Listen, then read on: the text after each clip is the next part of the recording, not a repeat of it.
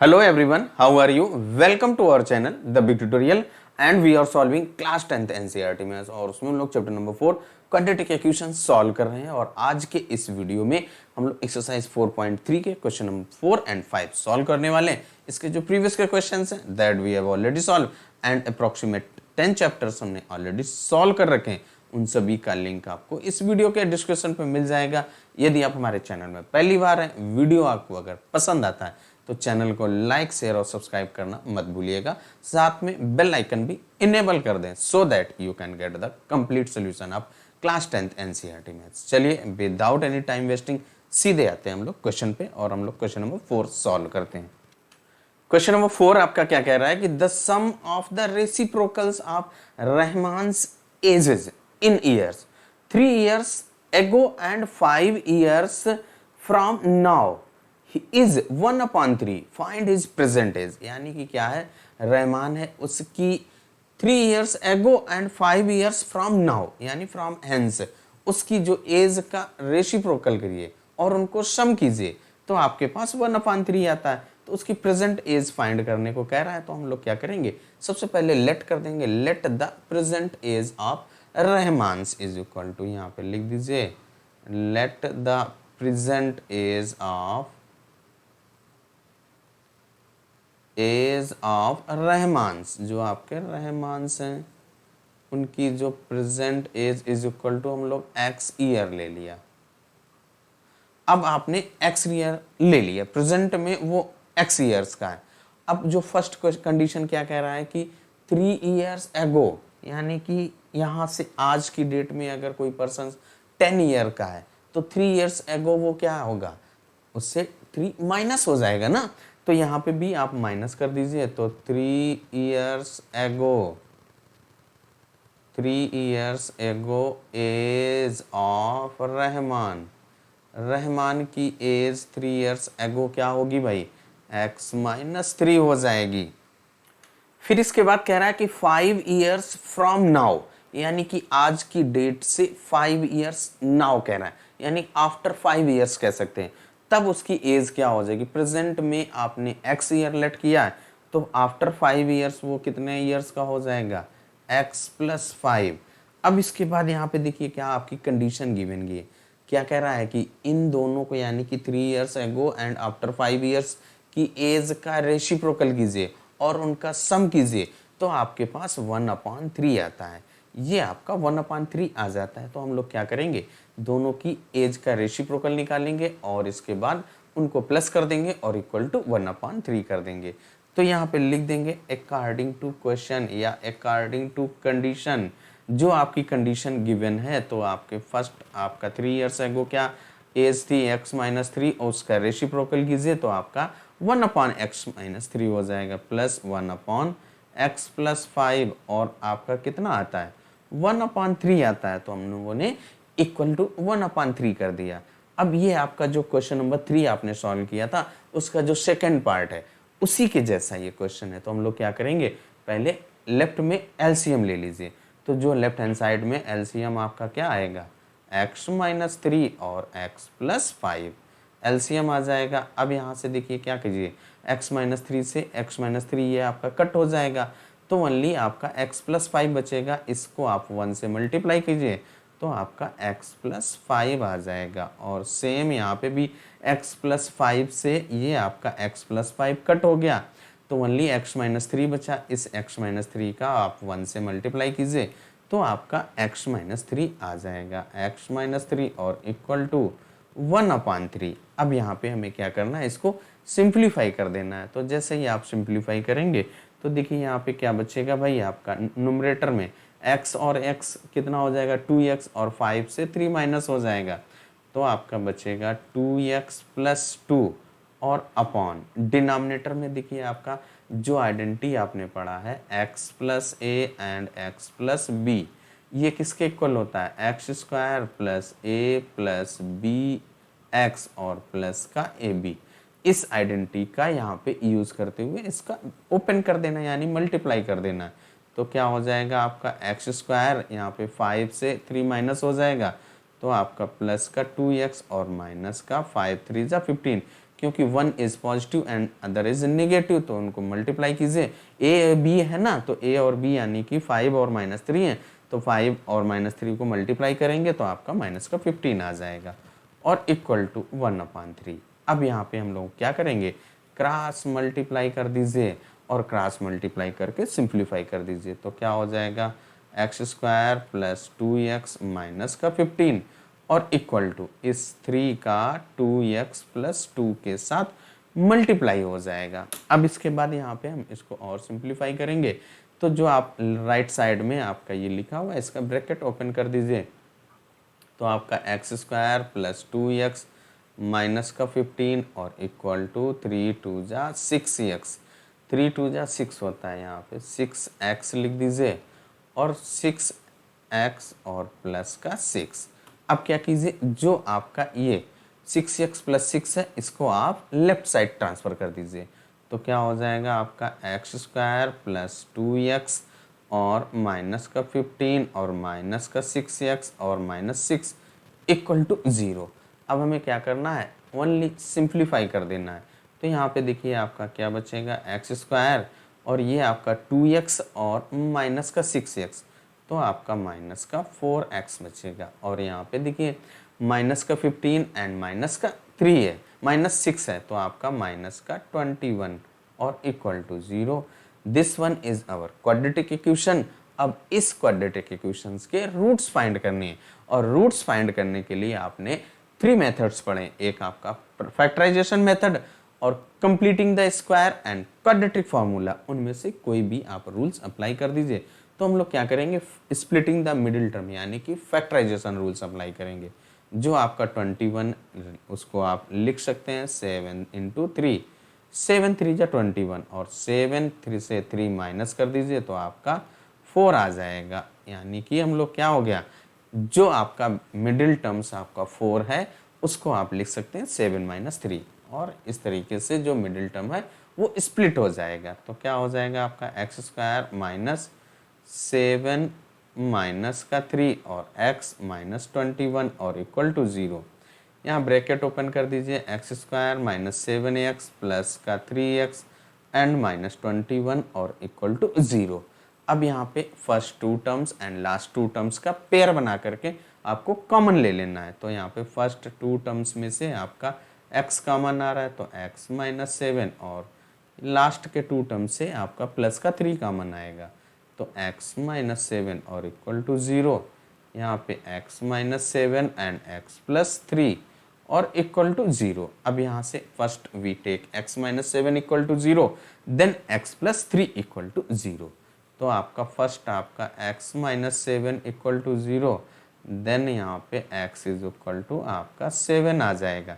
यानी कि जो आपका वेरिएबल x लिया उसकी वैल्यू 1 वैल्यू आपका 7 आया, और सेकेंड आपका क्या हो जाएगा x + 3 equal to 0, then x is equal to -3। अब यहाँ पे x का वैल्यू 2 आ गया। हमें लेना क्या है, देखिए जो x आपने क्या लिया था, रहमान्स की जो प्रेजेंट एज है, और एज आपकी कभी निगेटिव नहीं होती है, तो इसलिए जो आपका ये -3 है इसको आप नहीं लेंगे, नॉट पॉसिबल, क्योंकि एज किसी भी व्यक्ति की निगेटिव नहीं होती।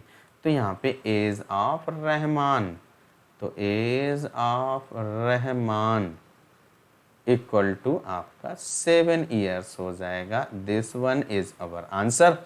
और आपका क्वेश्चन नंबर 4 कंप्लीट हो जाता है। वीडियो आपको कैसा लगा कमेंट करके अवश्य बताइएगा। आते हैं नेक्स्ट क्वेश्चन पे। क्वेश्चन नंबर 5 आपका क्या कह रहा है, in a class test the sum of Shefali's marks in mathematics and English is 30 and had she got 2 marks more in mathematics and 3 marks in less in English, the product of their marks would have been 210.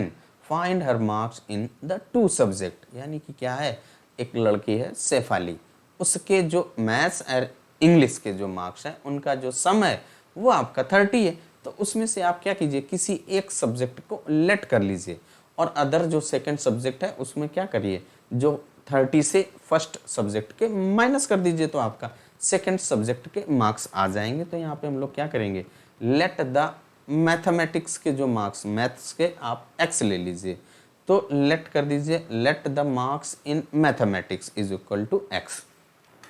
Mathematics में अगर आप x लेते हैं तो जो English के marks क्या हो जाएंगे, जो टोटल है यानी उनका सम है ना 2 सब्जेक्ट्स का 30 है, तो उससे आप माइनस कर दीजिए तो 30 माइनस x हो जाएगा।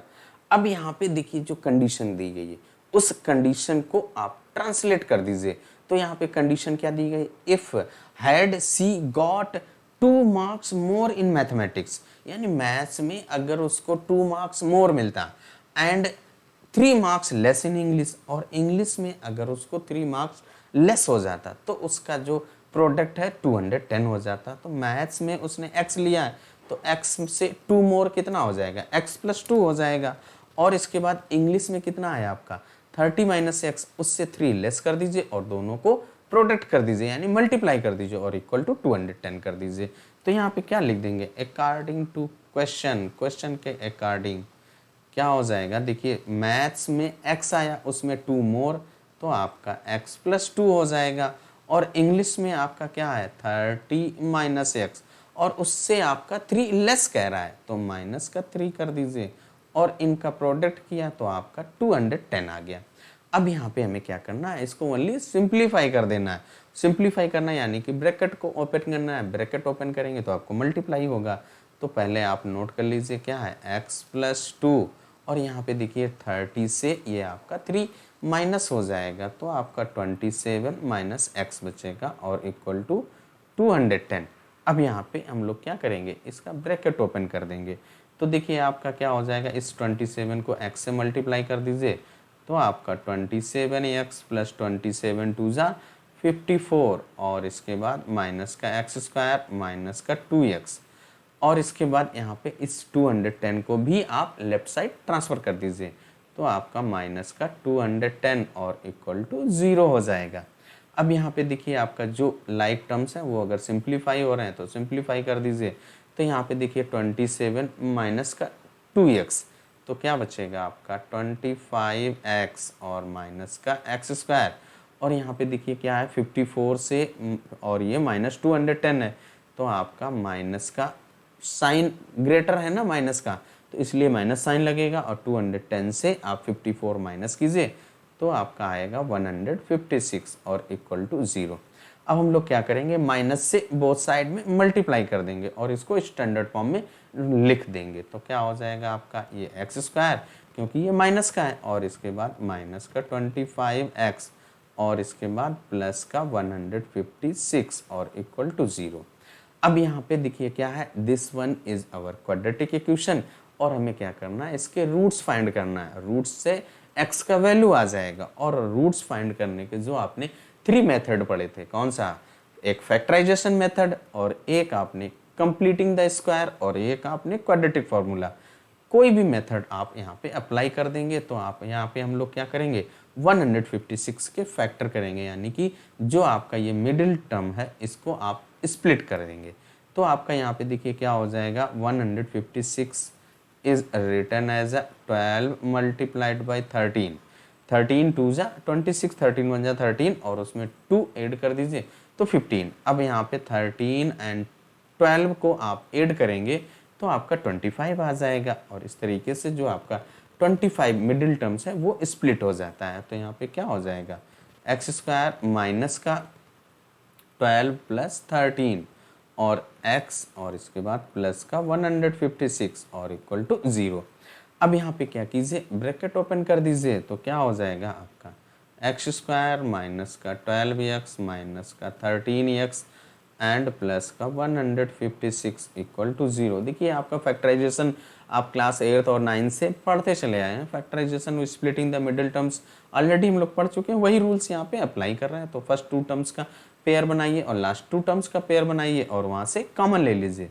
तो फर्स्ट 2 टर्म से x कॉमन आ रहा है तो यहाँ पे x माइनस 12, नेक्स्ट में आपका माइनस का 13 तो x माइनस 12 और इक्वल टू 0। यहाँ से आपका x minus 12 and x minus 13 और इक्वल टू 0। यहाँ से जो x का वैल्यू क्या आएगा 12 और इसके बाद क्योंकि आप first x minus 12 equal to 0 लीजिए और सेकेंड आपका x माइनस 13 इक्वल टू 0 तो यहाँ से आपका x का वैल्यू क्या आ जाएगा, x इज इक्वल टू आपका 13, यानी कि जो आपका वेरिएबल x था उसकी 2 वैल्यू आ गई। फर्स्ट वैल्यू आपका आया 12 और सेकंड वैल्यू आपका 13 आया। और x हम लोगों ने क्या लिया था, मार्क्स इन मैथमेटिक्स, यानी कि मैथ्स में मार्क्स आपके 12 भी हो सकते हैं और 13 हो सकते हैं। तो यहाँ पे सबसे पहले x इज इक्वल टू 12 लीजिए, तो यहाँ पे लिख देंगे मार्क्स इन मैथमेटिक्स, मैथ्स में उसके अगर मार्क्स 12 आते हैं तो इंग्लिश में कितने हो जाएंगे भाई, इंग्लिश में आपका क्या है 30 माइनस एक्स, और x का वैल्यू आपने क्या लिया है 12 लिया है, तो यहाँ पे क्या हो जाएगा 30 माइनस 12 इक्वल टू 18, यानी कि जो फर्स्ट पेयर आपका आया 12, 18। अब इसके बाद जब आप x इज इक्वल टू 13 लेंगे तो वहाँ से आपका क्या हो जाएगा, तब आप x इज इक्वल टू 13 जब आप लेंगे तो मार्क्स इन मैथमेटिक्स या marks in math is equal to आपके 13। तो इंग्लिश में कितना हो जाएगा भाई, इंग्लिश में आपका 30 माइनस एक्स है और x का वैल्यू आप 13 ले रहे हैं, क्या हो जाएगा 30 माइनस 13 इक्वल टू आपका 17, यानी कि जो सेकंड पेयर आया 13, 17, यही आपके आंसर हो जाते हैं। और इस तरीके से हम लोगों का जो क्वेश्चन नंबर 5 भी कंप्लीट हो जाता है। वीडियो आपको कैसा लगा कमेंट करके अवश्य बताइएगा। तब तक अपना ख्याल रखें, मिलते हैं नेक्स्ट वीडियो में नेक्स्ट क्वेश्चन के साथ।